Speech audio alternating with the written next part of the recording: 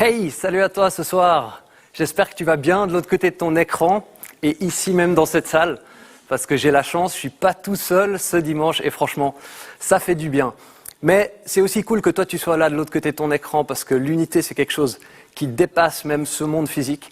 Et le fait qu'on soit ensemble dans la même dynamique, dans la même direction, pour vivre quelque chose avec Dieu, ça suffit pour nous unir et c'est hyper cool. Alors je me réjouis vraiment énormément de vivre ce moment avec toi, puis j'espère que tu vas pouvoir en tirer quelque chose de puissant pour ta vie et pour ta foi. Alors avant d'aller plus loin, je te propose juste qu'on fasse une petite prière pour vraiment permettre à Dieu de venir et d'agir au travers de ce qui va suivre.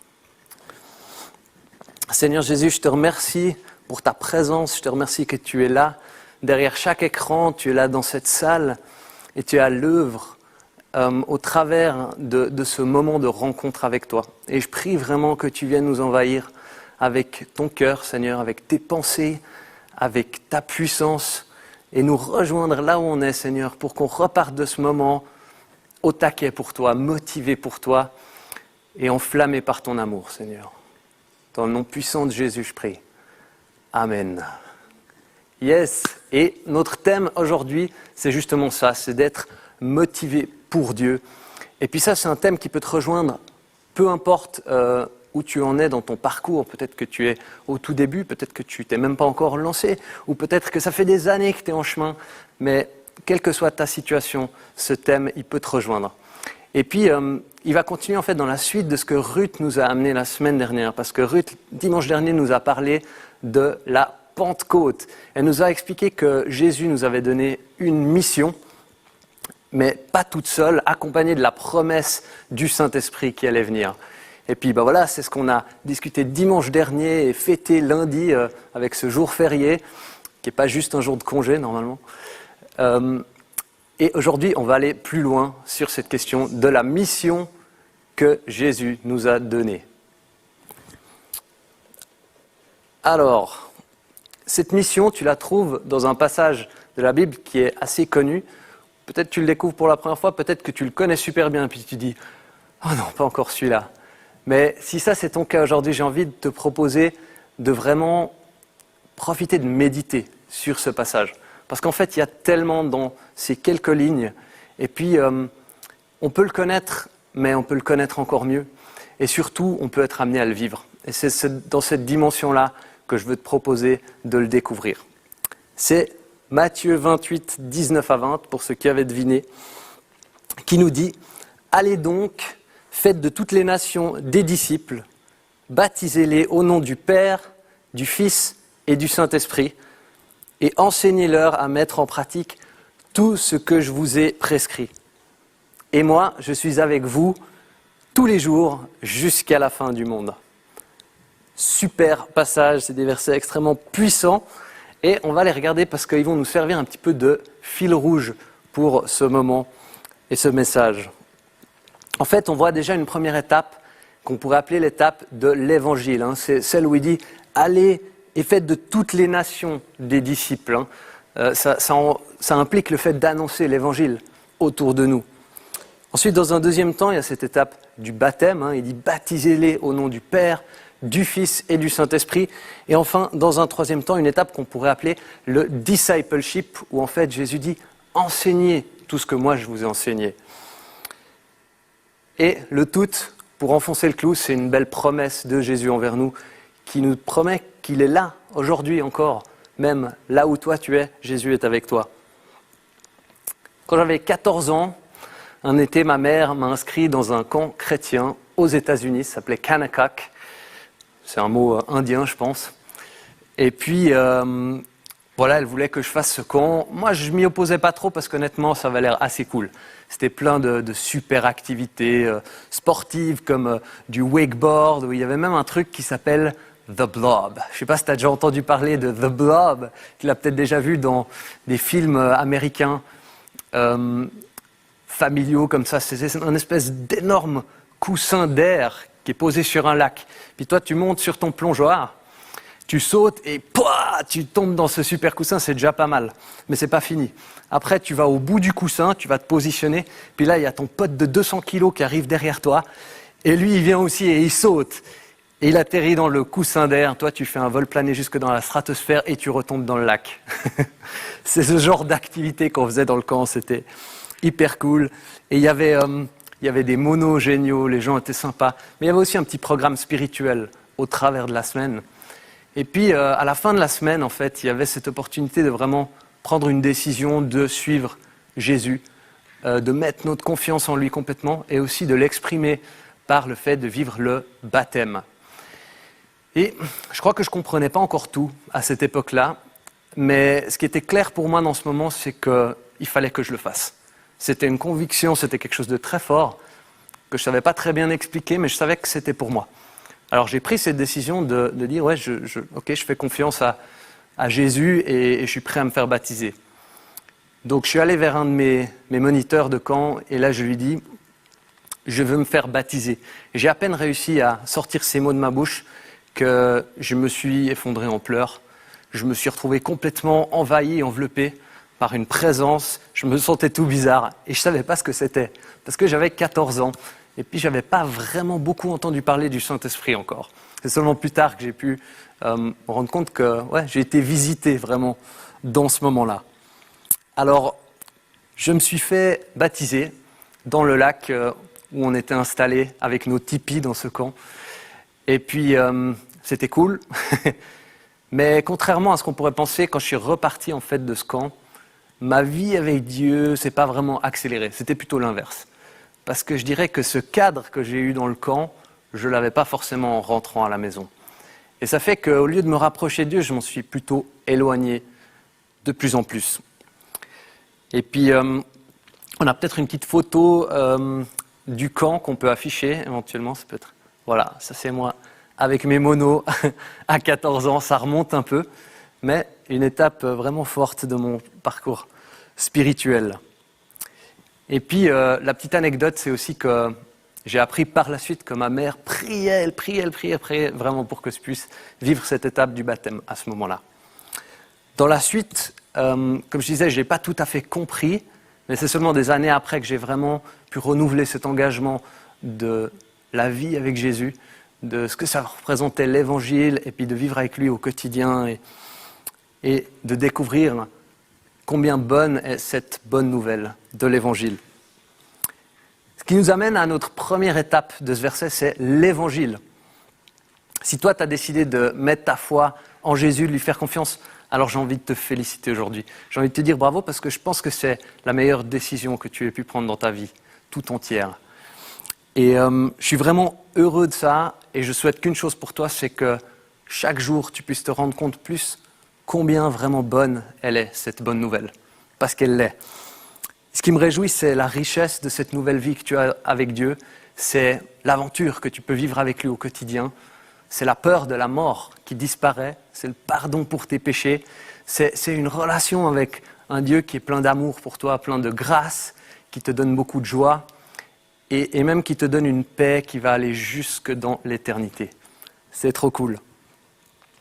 Et puisqu'on est sur cette question de l'Évangile, je te propose de découvrir 2 petits passages de l'Épître aux Romains où l'apôtre Paul nous parle de cet Évangile. Puis en fait, il nous donne des indications précieuses sur ce thème qui peut faire une différence dans notre vie aujourd'hui.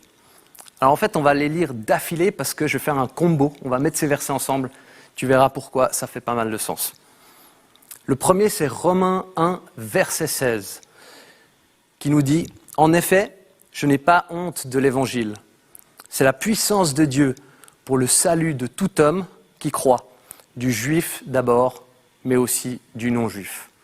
Et, en d'autres termes, pour tout le monde. » Et puis mon deuxième passage, c'est Romains 10, versets 14 à 15, qui nous dit « Mais comment donc feront-ils appel à celui en qui ils n'ont pas cru? Et comment croiront-ils en celui dont ils n'ont pas entendu parler? Et comment entendront-ils parler de lui si personne ne l'annonce? Et comment l'annoncera-t-on si personne n'est envoyé? Comme il est écrit, qu'ils sont beaux les pieds de ceux qui annoncent de bonnes nouvelles. » Alors tu vois, ce premier verset, il nous rappelle combien est bon cet évangile, que c'est en fait même la puissance de Dieu pour sauver. Il nous sauve par la foi en ce message et c'est comme un cadeau qui nous rétablit dans cette relation personnelle avec Dieu. Et le deuxième passage, c'est un petit peu comme la suite, et il nous explique que l'évangile, c'est comme un trésor qui est fait pour être communiqué. Et il y a tout ce raisonnement inverse de Paul, où il remonte la chaîne en disant que pour faire appel à Jésus, il faut en avoir entendu parler. Pour en avoir entendu parler, il faut que quelqu'un en ait parlé, que quelqu'un l'ait annoncé. Et pour que quelqu'un l'annonce, il faut que quelqu'un soit envoyé. Et c'est pour ça qu'aujourd'hui, j'ai envie de t'inviter, si toi tu as découvert ce Jésus, tu as découvert la puissance de l'évangile, comme la bonne nouvelle, comme la puissance qui donne le salut, alors parle-en autour de toi, mets-toi en mouvement. Parce qu'il y a peut-être des gens autour de nous qui pourraient l'entendre et qui pourraient expérimenter la puissance de ce message. C'est trop beau, cet évangile. Alors revenons à cette puissance de l'évangile pour sauver. Qu'est-ce qui se passe justement? C'est quoi ce salut dont on parle? Eh bien, tu peux découvrir dans la Bible, il y a cette idée en fait que quand on met notre foi en Jésus, on devient une nouvelle création, une nouvelle personne. Il y a tout qui change en nous. Et il y a plein d'endroits dans la Bible qui parlent de ça. On n'aura pas le temps d'aller tous les voir, mais aujourd'hui j'aimerais bien qu'on se penche sur un verset que tu trouves dans l'évangile de Jean. C'est Jean au chapitre 3, verset 5. Jésus discute avec un pharisien, il parle justement de « comment on fait pour entrer dans le royaume de Dieu ?» Et Jésus lui explique. Tu lis ça. Jésus répondit « en vérité, je te le dis, à moins de naître d'eau et d'esprit, on ne peut entrer dans le royaume de Dieu. » Jésus, il nous parle de deux choses dans ce passage. Il nous parle d'eau, donc en d'autres termes du baptême, et d'esprit. Là, il parle de la vie du Saint-Esprit qui accompagne ça. Donc parlons-en du baptême. Et pour se lancer dans la question, je t'ai préparé une petite vidéo qui est assez connue. Honnêtement, je la ressors parce que chaque fois que je la regarde, je la trouve juste géniale. Elle parle d'elle-même. Alors, je te laisse découvrir tout simplement. He will demonstrate his faith in the Lord Jesus Christ by willingly being baptized this morning. He's been waiting on this day a long time. And so, Jordan, Est-ce qu'on a upon du the son? profession of your faith in the Lord Jesus Christ, I now baptize you in the name of the Father and of the Son and of the Holy Spirit.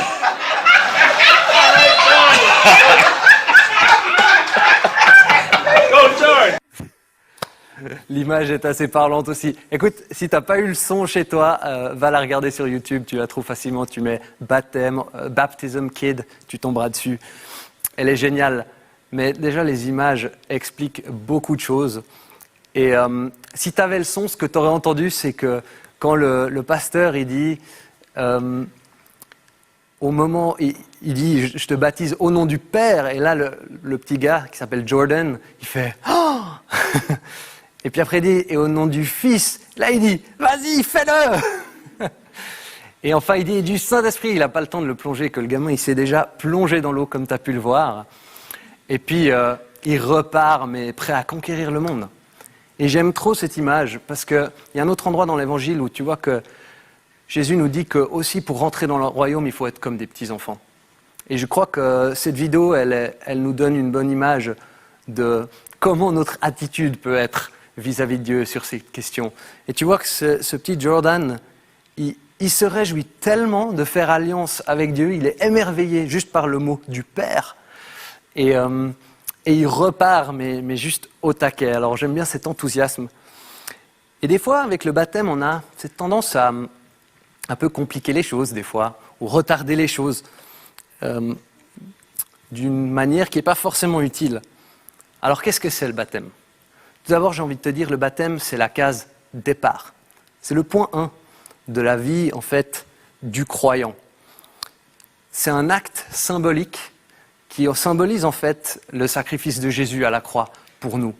Ce Jésus qui est mort sur la croix pour nos péchés et 3 jours plus tard, qui est ressuscité et pour nous donner la vie. Donc, en fait, le baptême, c'est aussi un acte de foi qui vient mettre une action sur la foi dans le sacrifice de Jésus. Non seulement tu le proclames et tu le dis avec tes mots, mais tu le vis aussi par les actes. Et quand tu descends dans l'eau, c'est un symbole que tes péchés ils sont cloués à la croix avec Jésus.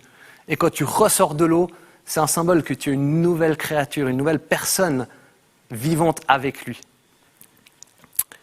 Voilà, et c'est hyper cool, mais c'est aussi... c'est hyper cool de mettre un acte sur la foi, parce que c'est ce qui rend la foi vivante en fait. Mais c'est aussi un acte d'obéissance, le baptême, parce que ce que tu peux voir, c'est que Jésus, qui n'en avait pas besoin, l'a fait lui-même. Le baptême, c'est un peu comme un mariage, on pourrait dire, parce que c'est une cérémonie d'alliance avec Dieu. Et en même temps qu'on le vit extérieurement avec l'eau, on le vit intérieurement avec le Saint-Esprit. Donc Jésus est allé vers Jean-Baptiste, puis il lui a dit « Jean, il faut que tu me baptises. » Oh Jean, il était là, non, c'est pas possible. Là tu dois te planter, c'est toi le Seigneur, c'est pas moi. Il dit « Non, Jésus, Jean, je veux que tu me baptises. » Et puis, bon, il l'a fait, et je crois que c'est juste un bel exemple en fait de quel Dieu on a. On a un Dieu qui ne règne pas d'une manière écrasante envers nous, mais plutôt dans la plus grande humilité, il se met à notre niveau. Et il vient et il nous montre l'exemple à suivre, même là où il n'aurait pas besoin de le faire. Donc là, on arrive un peu à cette question où souvent, sur le baptême, on se pose la question. Est-ce que c'est pour moi ? Est-ce que je dois le faire ? Est-ce que je dois vraiment le faire ? Ou, il y a plein de manières de se poser cette question. Et tu as une histoire qui parle justement de ça aussi dans le livre des Actes. C'est quand un eunuque, c'est un émissaire éthiopien, je crois, il croise le chemin de Philippe l'évangéliste. Et cet eunuque, il a des questions sur la foi et l'évangile, ce message de Jésus. Et ça tombait bien parce que Philippe, c'était le mec tout prêt pour lui expliquer ces choses-là. Et Philippe lui explique l'évangile au travers des prophètes. Et l'eunuque, il est là, il écoute, et puis il comprend et il reçoit en fait cette bonne nouvelle. Et là, la question que pose l'eunuque, elle est vraiment cool. Il dit à Philippe, qu'est-ce qui pourrait m'empêcher de me faire baptiser ? Et la réponse de Philippe, elle est assez simple, c'est rien. Il lui dit, rien si tu crois de tout ton cœur. Donc la seule condition pour le baptême, c'est vraiment de croire en Jésus, de tout son cœur. Et si ça c'est toi aujourd'hui, que tu crois en Jésus de tout ton cœur, mais que tu n'es pas encore passé par cette étape, alors je t'encourage, vas-y et ne retarde pas plus cette question. Pourquoi ? Parce que le baptême, ce n'est pas une question de maturité spirituelle. Tu vois, ce n'est pas quand tu as atteint un certain level, un certain niveau dans la foi, que tu es prêt pour le baptême. Mais le baptême, c'est plutôt une question de clarté spirituelle. C'est en fait le fait de savoir avec qui tu fais alliance, de savoir sur quelle base tu le fais, et de savoir, d'avoir de la clarté sur ta décision, de mettre ta confiance en Jésus. Donc le baptême n'est pas une question de maturité spirituelle, mais une question de clarté spirituelle. Et si ça c'est toi, j'ai encore envie de te dire un petit mot. Peut-être tu te rends compte que ouais, c'est toi qui es concerné par cette prochaine étape. J'ai envie de dire c'est génial, vas-y comme Jordan, avec cette innocence d'un enfant. Et peut-être tu peux juste en parler à un leader dans ton église et puis regarder si c'est possible d'organiser tout ça. Ouais, j'ai des gens qui hochent la tête parce que c'est vrai que tout le principe du baptême est quand même basé sur le fait qu'on n'est pas innocent à la base. C'est important de le préciser. Mais vous m'aurez compris. Et je pense que c'est vraiment clé que tu passes à l'action. Parce que quand tu agis sur ta foi devient agissante. Alors, quelle est la prochaine étape après celle du baptême ? On arrive à cette étape du discipleship. Tu lis dans ce passage, Matthieu 28, 19, 20, il dit « Enseignez-leur à mettre en pratique tout ce que je vous ai prescrit. » Donc, il y a l'évangile, la foi en Jésus, le baptême, mais ensuite il y a l'enseignement de Dieu envers nous, l'enseignement de Jésus. Et c'est ça la suite de l'aventure qui est merveilleuse, c'est de découvrir ça, de faire ce chemin avec lui, de grandir, de vivre des aventures autour de ça, d'apprendre plein de nouvelles choses. Et peut-être que toi, tu sors du baptême ou tu t'apprêtes à rentrer dans cette étape, ben, le prochain pas, il est là et c'est génial. Et tu vas peut-être aussi pouvoir apprendre de personnes qui ont déjà vécu ces étapes-là, qui sont déjà, qui ont peut-être fait plus de chemin, et puis qui sont prêts à t'apporter ça. Et peut-être que toi, tu es baptisé depuis longtemps, et puis tu es chrétien depuis longtemps. À ce moment-là, j'ai envie de dire, peut-être que toi aussi, tu peux transmettre cet enseignement de Jésus à d'autres, ou même, peut-être que tu peux baptiser quelqu'un. Ce n'est pas quelque chose qui est réservé aux pasteurs. Et c'est surtout une merveilleuse étape à vivre avec quelqu'un. Donc, il y a cette question du discipleship, de grandir là-dedans.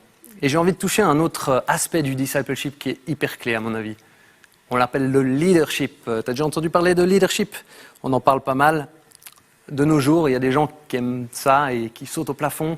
Il y a des gens qui entendent ça, puis ils sont un peu moins chauds parce que ça réveille peut-être d'autres choses. Mais j'ai envie qu'on se regarde un petit peu cette question du leadership aujourd'hui parce qu'il y a un enjeu énorme sur cette terre autour de ça. La vérité, c'est que le mauvais leadership, c'est la source de beaucoup de mal sur cette terre. C'est assez évident, ça. Il n'y a pas besoin de le prouver de manière incroyable. On a tous vu l'œuvre d'un Adolf Hitler, par exemple, ou d'autres grands tyrans, en fait, tout simplement des gens au pouvoir qui l'utilisent d'une manière malveillante envers les autres. Ça, c'est assez simple. Ça saute aux yeux. Mais il y a une autre source de mal dans le monde qui est beaucoup plus nuancée, beaucoup plus sournoise et parfois invisible. Et c'est tout simplement l'absence de leadership. Parce que la vérité, c'est que quand toi et moi, on ne se lève pas pour représenter Dieu sur cette terre, pour influencer positivement autour de nous et faire le bien, ça laisse un vide. Il y a un manque à gagner énorme et puis il y a un vacuum qui est vite rempli par des mauvaises choses. Et c'est pour ça que la seule bonne réponse qui reste, c'est le bon leadership. Et si tu as envie de ne pas laisser la place au mal dans ce monde, alors prends ta place pour faire le bien. D'ailleurs, tu verras que c'était le plan de Jésus. Il avait ses 12 disciples, et il a fait du chemin avec eux, moins un qui s'est perdu en route. Mais il a pris du temps avec ces mecs qui n'étaient pas en état de remplir leur mission, ces gars. Ils n'étaient pas prêts du tout même. Il y a plein de moments où ils étaient ridicules et pas à la hauteur. Mais Jésus, il a vu le potentiel en eux, il a fait un chemin avec eux. Et comme Ruth nous en a parlé dimanche dernier, au bout d'un certain temps, ils ont vécu ce don du Saint-Esprit et c'était les leaders de l'Église de demain, prêts à former d'autres leaders, plein d'audace, plein de capacité en fait. Parce que la bonne nouvelle n'est pas censée s'arrêter à toi et moi. Elle est censée jaillir de nous. Et l'évangile, c'est beaucoup trop cool en fait pour qu'on le garde pour soi. Alors, ne gardons pas cette bonne nouvelle juste pour nous. J'ai la chance de leader une communauté géniale à ICF Genève, qui est la communauté des internationaux, donc surtout les anglophones de l'Église. Et puis, on a un petit slogan en fait pour nous aider à rester dans la cible au niveau de notre foi, pour nous aider à vivre la mission et la vision d'ICF Genève et même du mouvement. Et puis, ce petit slogan, c'est le suivant, c'est « Experience, Express ». Experience parce qu'on a envie de vivre les choses de Dieu. On a envie de les recevoir, on a envie d'expérimenter sa présence, sa grâce, tout ce qu'il a pour nous. Ça, c'est un peu la première phase. Mais Express parce que c'est tellement bon, on ne peut pas le garder pour nous. Il faut qu'on partage ça autour de nous. Et c'est un peu comme la respiration, tu vois. Inspirer, expirer.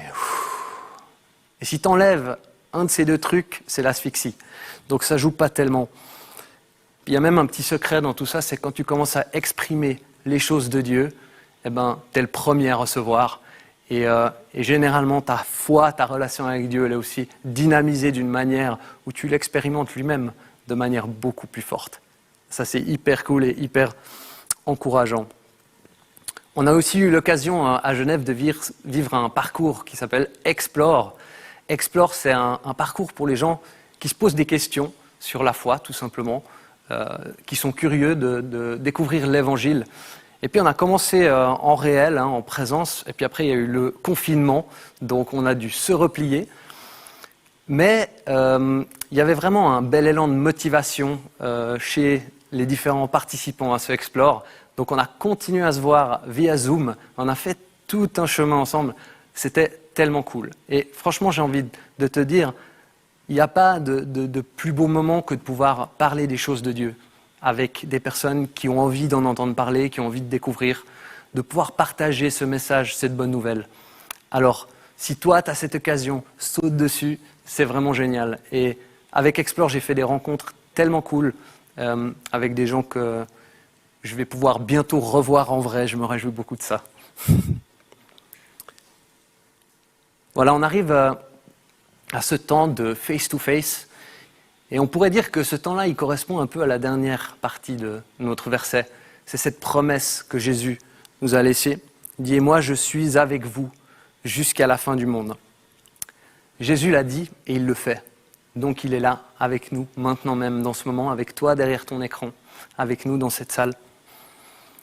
Et j'ai envie de te proposer que tu puisses prendre juste un moment avec lui, autour de ce qu'on vient de discuter. Alors je t'ai préparé 3 questions, tu peux tout simplement peut-être les lui poser à lui, prier autour de ça, écouter sa voix, réfléchir. Et les questions sont les suivantes. La première, c'est celle de l'Évangile. Pour quel aspect de cette nouvelle vie que tu as en Jésus, est-ce que tu es reconnaissant ? La deuxième, elle parle du baptême, et c'est cette question qu'a posée l'eunuque à Philippe. Qu'est-ce qui pourrait m'empêcher de me faire baptiser aujourd'hui ? Ou alors, si toi tu es déjà baptisé et tu as déjà fait un petit chemin, eh ben, la question à ce moment-là, c'est qu'est-ce qui pourrait m'empêcher de baptiser quelqu'un aujourd'hui ? Et enfin, la troisième question, c'est celle de partager ça autour de nous. C'est avec qui est-ce que je pourrais partager ce message de la bonne nouvelle, de l'Évangile. Voilà, je te souhaite un moment puissant avec Dieu. Je te laisse tout simplement vivre ça avec lui et je reviens pour prier avec toi tout à l'heure. À tout de suite.